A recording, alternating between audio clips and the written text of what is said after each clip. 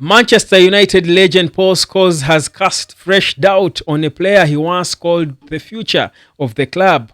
Paul Scholes says Kobbie Mainoo is lost. Could the club be failing one of, if not the most naturally gifted player at this club? Welcome to the United of Sport. My name is Webb, and here I am to speak painfully about a player I have consistently been praising and loved and admired, Kobbie Mainoo. Listen, guys, we all know it. We all know it. Kobbie is a talented footballer. He's a special talent. Every one of us who watched him when he broke into the senior team. We saw how good he is, his potential, and how much of a talent United had got. But clearly, things have not been going exactly so well for him in the past games.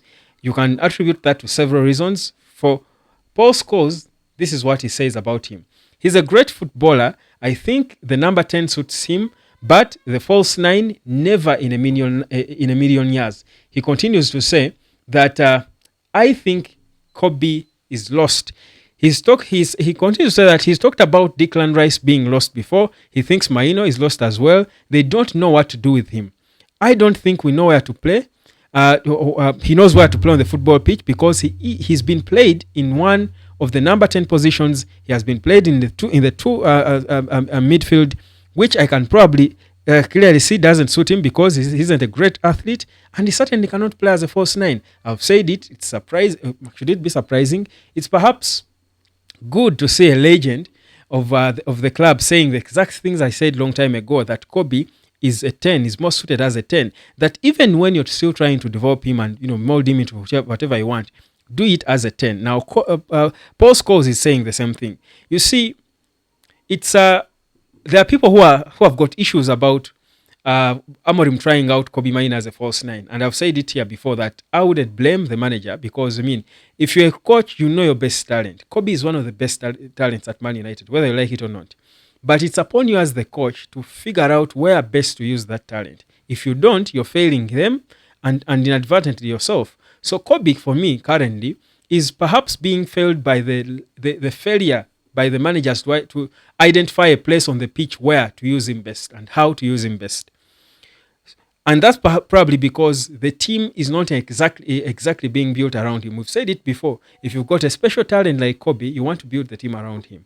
Now, the Amorim system probably cannot be built around Kobbie because, like rightfully, Paul Scholes says, he's not a great athlete. And Amorim's game is about athleticism. You've got to be an athlete for you to play well in the Amorim system. Now, where does that leave a player like Kobbie, who is extremely gifted on the ball, but cannot do a lot of that donkey work? Are you going to tweak your system to accommodate him? Perhaps Amorim will not do that. What then do you do? So you realize why the kid is still struggling to even accept a new contract with the club, because the new system that Amorim plays might not suit him. Yet, he's at a point in his career where he knows so many clubs will use him, will be happy to get him and use him because not so many clubs play the Ruben Amorim system. So, I still want to see Kobbie play more as a 10. If I'm to advise Ruben Amorim, if I have any right to do so, I will tell him, keep growing him and molding him and taking him back into the number 10 position. Let him play there consistently. Whether he has a good game or not, just develop him as a number 10, because anywhere else, you're going to fail him. Yet, even for Amorim, he knows it's sort of illegal for Kobbie Mainoo to not be a starter at Man United.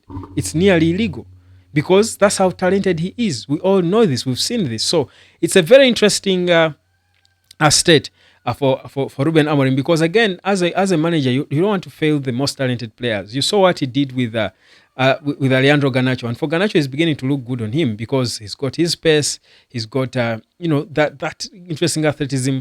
For Kobbie, and this is something you perhaps think is a bit difficult to help a player grow in, because if you're an athlete, it's just your style. It's who you are. There are players we are never ever going to ask Mesut Ozil to be sprinting around like a madman. He was never going to do that. It kills him, because whenever Kobbie has tried to be athletic, he has lost the things that define him as a player.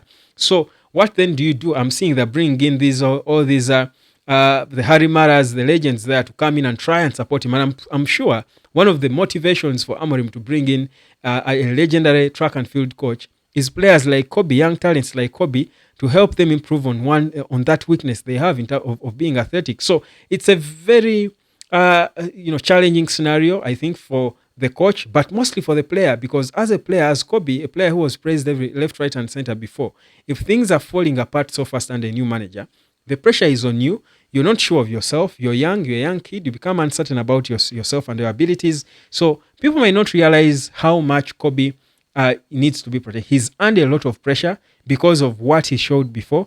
He's under a lot of pressure to perform. He needs to earn a new contract. He needs to get his career off to a flying start. Just when it was Eric Ten Hag leaves, new guy, new methods of working, new systems, and it's looking heavy on him. So it's a very difficult state for you to be Kobbie Mainoo right now. And people might not realize that among all the players at Man United, he might be one of the kids or one of the players who are going through the hardest time, because he's not certain. He clearly sees it himself. You played here, but it's also is a positive about that, because the reason why he's being switched positions is because the coach knows he's supposed to be on the pitch, but where? That's the question. And I'm here to answer that for Amorim. Kobbie is supposed to be on the pitch as a 10.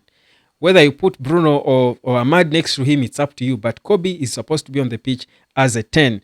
And it doesn't mean each game he plays as a 10, he will score and assist. There are games that will not go well, just like it is for any footballer. But the issue is, he played a very good game in his first game as a 10, scored and assisted. The next game he's played as a false 9. He struggles, people start attacking him, then goes back to the number 10, it doesn't go well. What then happens? Are you going to judge him based on one game that went bad in the number 10 position, yet he scored and assisted on the one game he played, on the first game he played in that role? I think that would be unfair on the lad. So I think for me, Amorim has got to stop tinkering a lot with Kobbie. Just, it's clear, it's glaring. You don't have to be a coach to see it. You don't have to be there to see it. It's proper. The number 10 position suits him. Develop him in that role and keep switching people around him until you get the right balance, until it clicks. But also, even for him, the more he plays there, he will get better. But if you play him as a 10 today, and the next day you're putting him in the central midfield, the other day you're putting him as a false 9, you're confusing the lad. This day is on the right of the two. And it's good, yes, for players to be versatile. And we know Kobbie is versatile. At the very worst, if you need to call upon him to come as a central midfielder, you know that he can. But let that be kept and saved for that period when perhaps, unluckily, the club has so many injuries and is the only option available to cover the gap there in the middle. But his designated position for me should be number 10, and that is where Amorim should deploy him day in and day out and improve him. He will have a bad game, put him there. The way you will not put Rasmus Højlund to play as a central midfielder because he had 13 bad games without scoring or hitting the woodwork. Do the same with Kobbie. Trust you me, over time that boy is going to turn out to be a world beater. He will be more comfortable. He will be more assured. He will know this is where I'm expected to play. This is my role.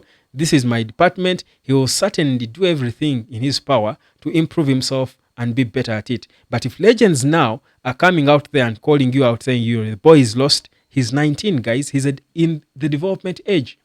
You can't be confusing him, putting him left, right, and center. It looks so ugly for those of us who know how gifted he is. It's so painful seeing Kobbie struggle on the pitch. It's so painful.